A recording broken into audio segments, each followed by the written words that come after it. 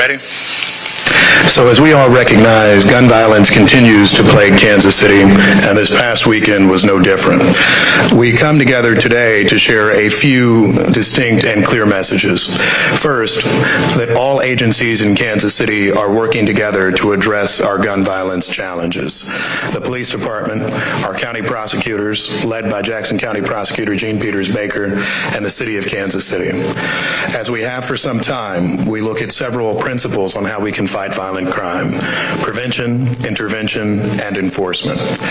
Over the Memorial Day weekend, not only did we have hardworking KCPD officers out investigating the crimes, talking to living victims, talking to witnesses, we also had violence prevention experts who were working as well, including from organizations such as Partners for Peace, Combat, Aim for Peace, and other community partners that are actively engaged and will continue to be engaged as we move forward.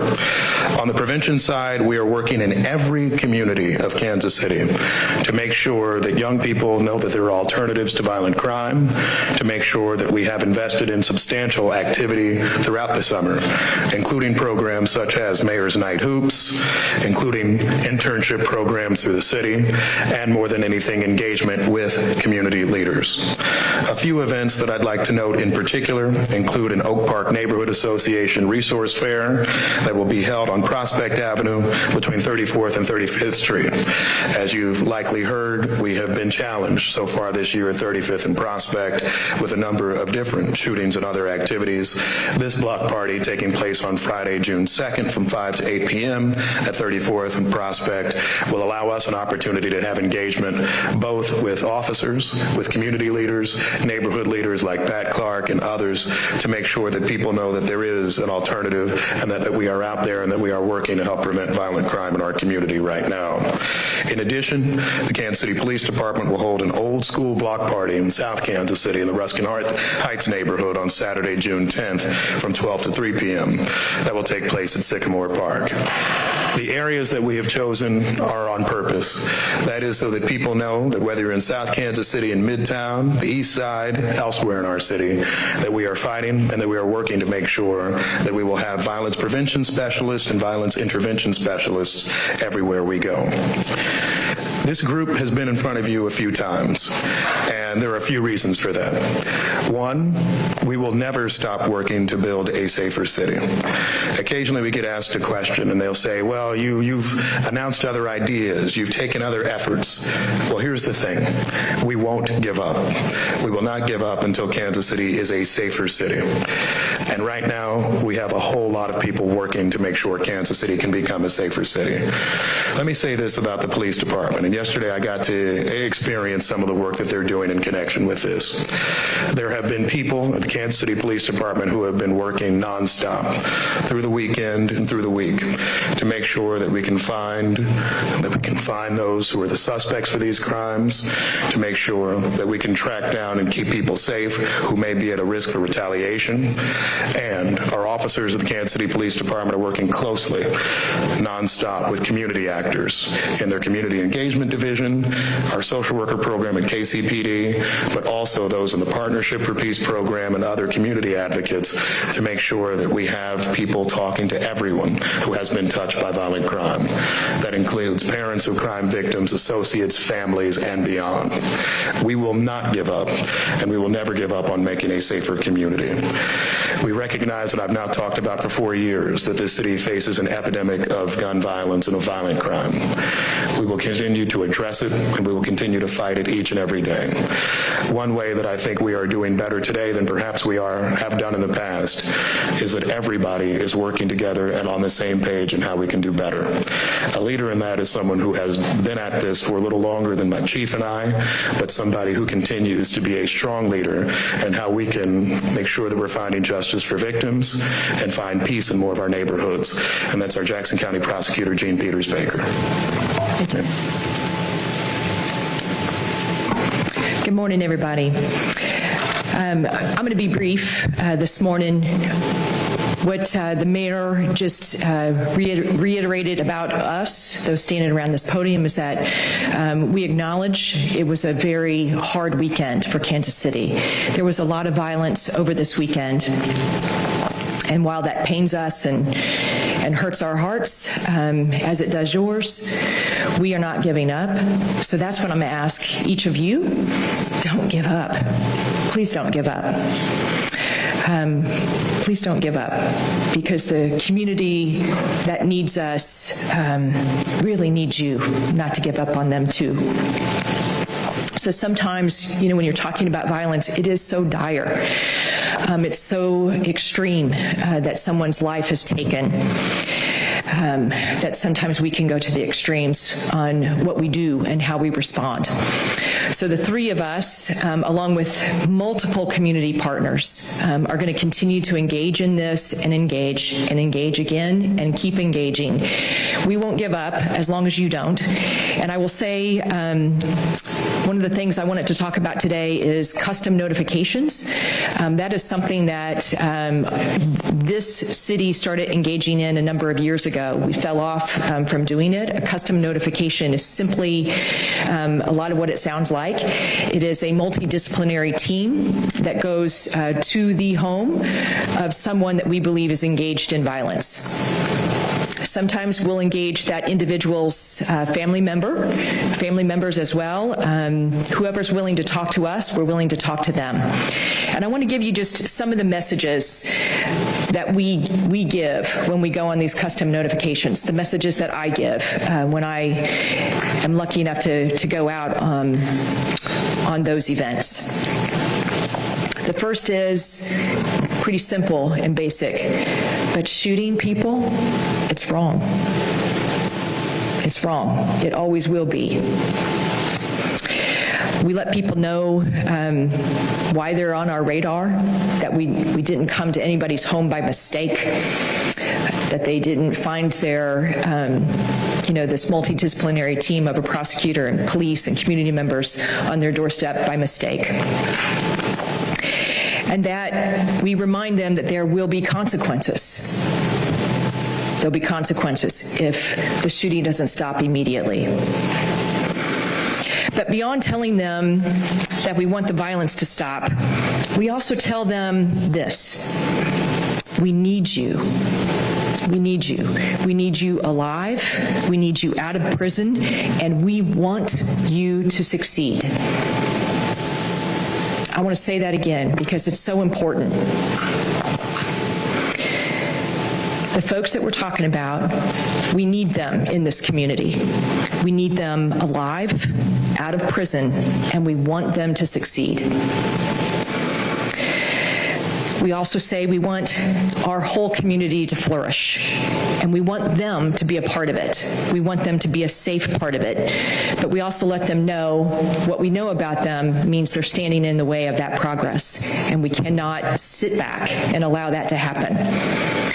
So there's always two paths here. One path, of course, is arrest and prosecution, and a second path, perhaps, for some, is services, and whether or not there's something that we can do, some services that we can offer that might lead someone out of violence and into a different place.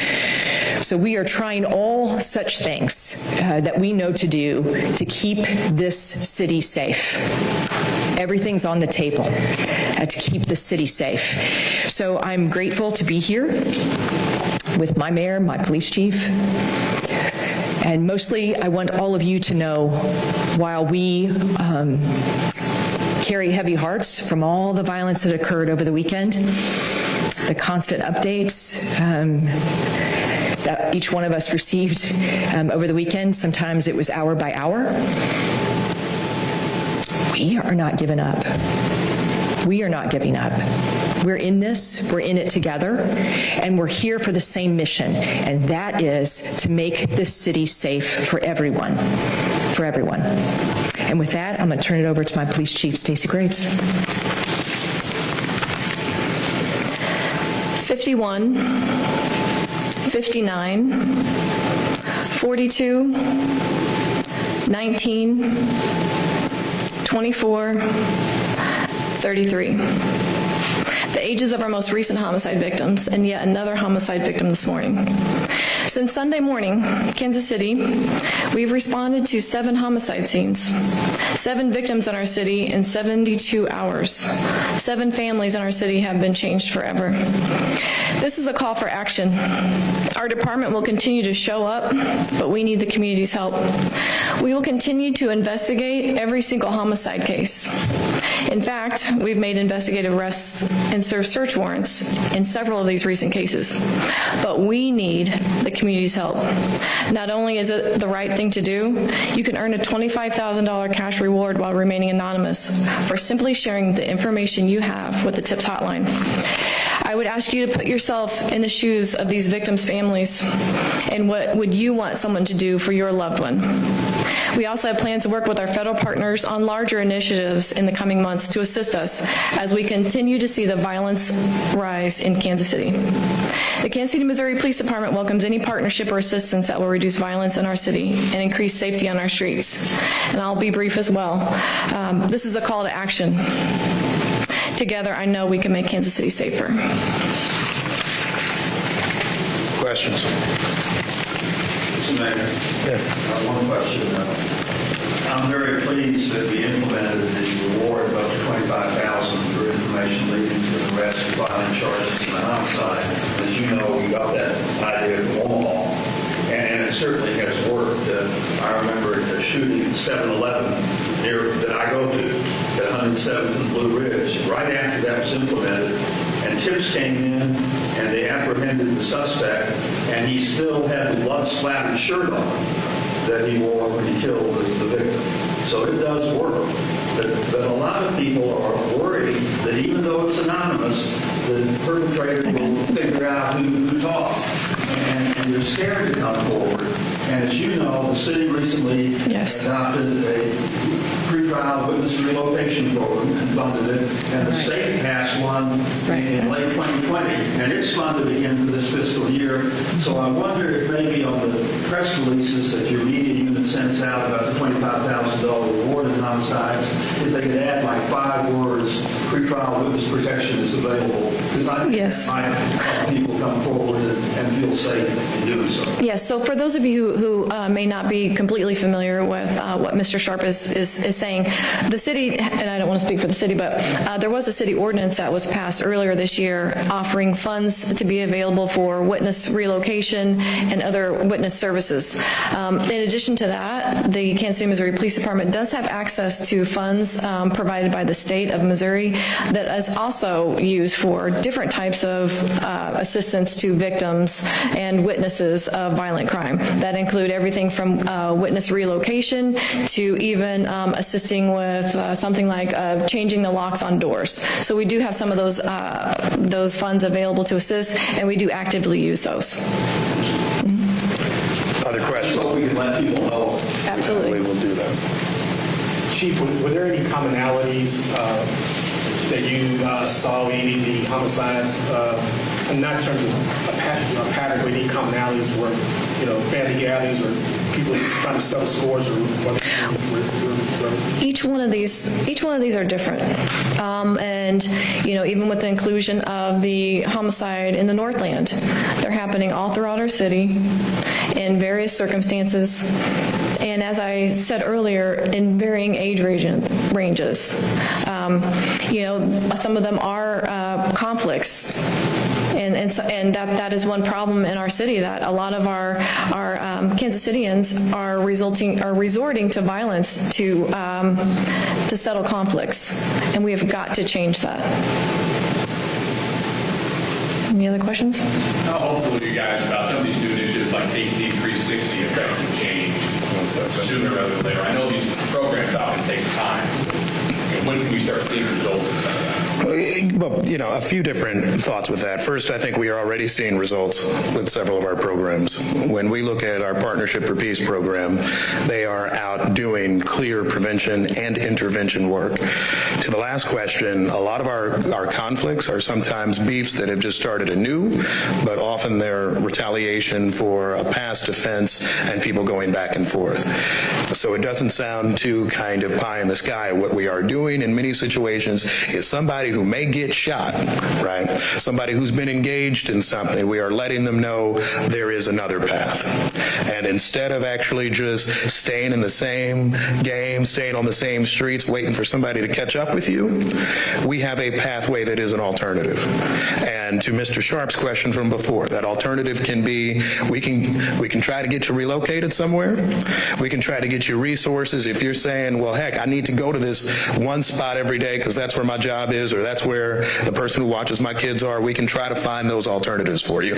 That's when the chief talks about we're creating every opportunity possible. That's what we're doing. What we are not simply doing is just saying, hey, let's see how it goes. Let's see if just one thing will work. I mean, this is unique in the history of Kansas City, and it's why we've talked about it so much, right? That we are working truly on, check that, not unique. We've done elements of this before with our NOVA program. But in essence, what we are trying to do is say, yes, we will continue to do the hard work of enforcement that you expect our police department to do and prosecutors to do with it. But we are also making sure that we will have resources available for folks. So we are seeing results so far. The problem is that we are also seeing what appears to be an increased volume of these conflicts. And I will note that's not just in Kansas City, Missouri alone. This past weekend, we saw homicides in other communities in this region. I think all of us are having a real moment of crisis where we need to say, how can we first get people to put down the guns and not use those to resolve conflicts? And a very simple ask that I will have, it may fall on deaf ears, but we have to say it, just don't bring your guns out with you for the night. If you're going out to the club one night or you're going out for entertainment, your gun really isn't going to actually end up making the situation safer. And we've seen that time and again. So that's one step that we're doing.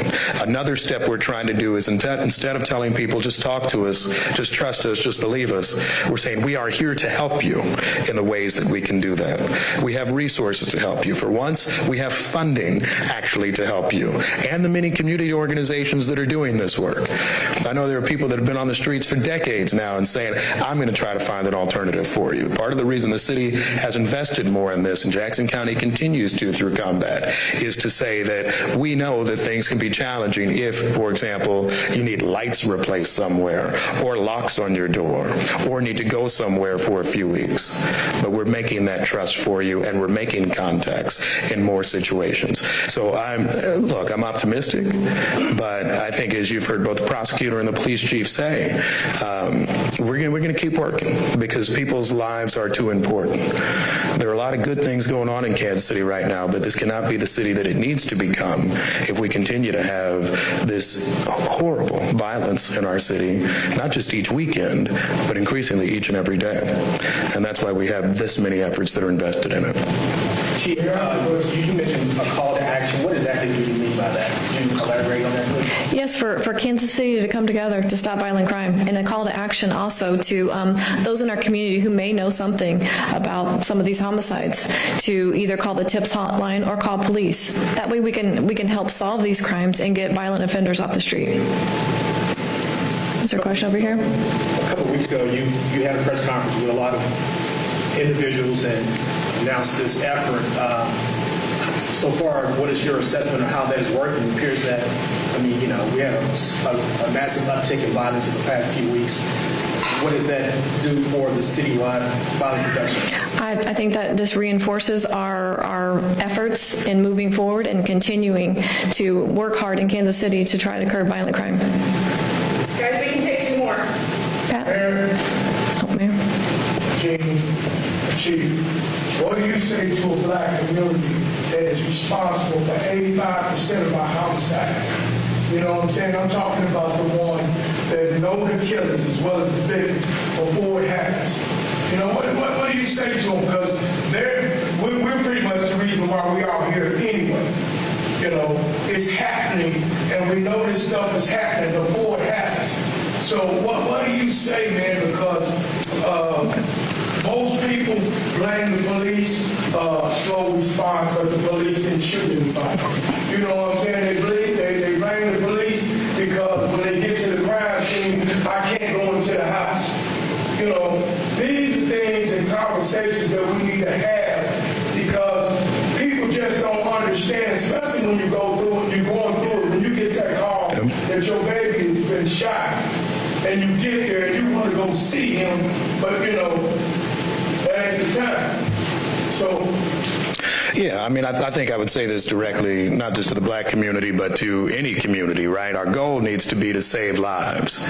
And so, look, my days are politics, right? I can talk about politics or policies or everything till the cows come home. The real story is folks need to start doing things that can help save the life of somebody else. If you are grieving a teenage friend of yours, but you know who shot them, and you know where the retaliation may be coming, you're not saving any lives. You're not protecting anybody. You're just letting this to perpetuate. And so what we need to do and get a focus in is get beyond the past, the battles, the friction, and frankly, I hope that this is modeling something, right? The three of us or our predecessors haven't always been here together, standing next to each other, saying that we are going to work hand in hand to come to solutions. And I would hope that whoever in the community knows what's going on says, you know what, maybe I need to talk to somebody. And if that somebody is the police, wonderful. If you say, I don't talk to them, then we have intervention specialists out there too. If you don't talk to them, talk to a community leader. Talk to somebody who's a neighborhood leader, because we need to make sure we're saving lives. There were a number of people shot last weekend in Kansas City, right? And there are a lot of people that are associated with those folks. The whole goal of what we're trying to do now is to make sure, frankly, that those folks who are associated with them don't become victims and don't become assailants. And so what I would say, particularly to your question, to the black community, but I say this to everybody, let's break that cycle. Let's break that cycle of violent crime right now here early in the summer, as opposed to everybody doing the usual stuff. And y'all know the usual stories because y'all do this all the time. We're going to meet again when we have our 100th homicide in this city. We're going to meet again when school starts and there's a kid who's killed. Why don't we actually get in the way of that? Why don't we actually say right now, this is what the chief is talking about in the call to action. Why don't we actually say, you know what, we don't want to just get there. So whatever your block is, whatever your neighborhood is, whatever your sphere of influence is, say that, you know what, maybe if I can save a life by making sure that somebody else doesn't get shot as part of this, whatever's going on, then I'm going to do it.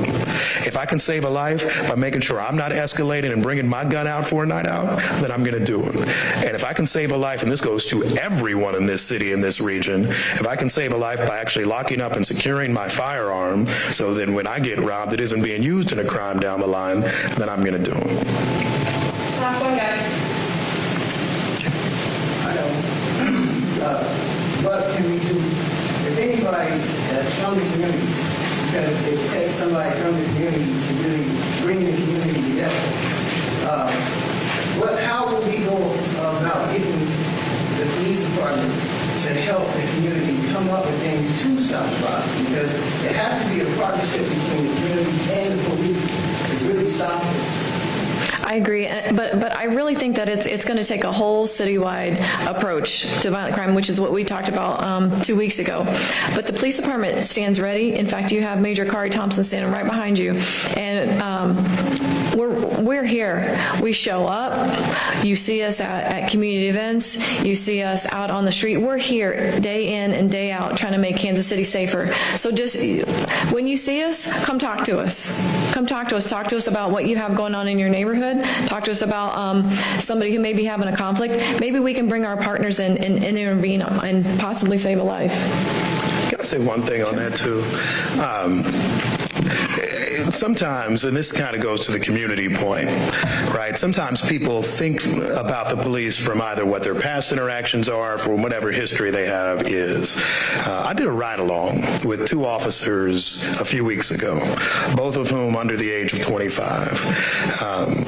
These officers are in our community, right? In more situations you might think they know the community, and fundamentally, right, they want to go home safe and they want everybody in the community going home safe. So what I might say is talk to them, give them a chance anew. And if you can't do that, then talk to some of the other people that we have flooding the community right now. We have the prevention people and the intervention people for you to talk to. We are making every effort to make sure we're building those relations. So particularly if you're somebody who is a neighborhood leader or somebody who purports to be a leader of some group, right? I have some responsibility on you too. I'll put that on myself. We put it on ourselves. But I may say in some situations, you may know who to talk to. And we can find that resource, because what we are talking about now isn't statistics or anything like that. It is saving a life. The chief started out with this, right, when she read those ages.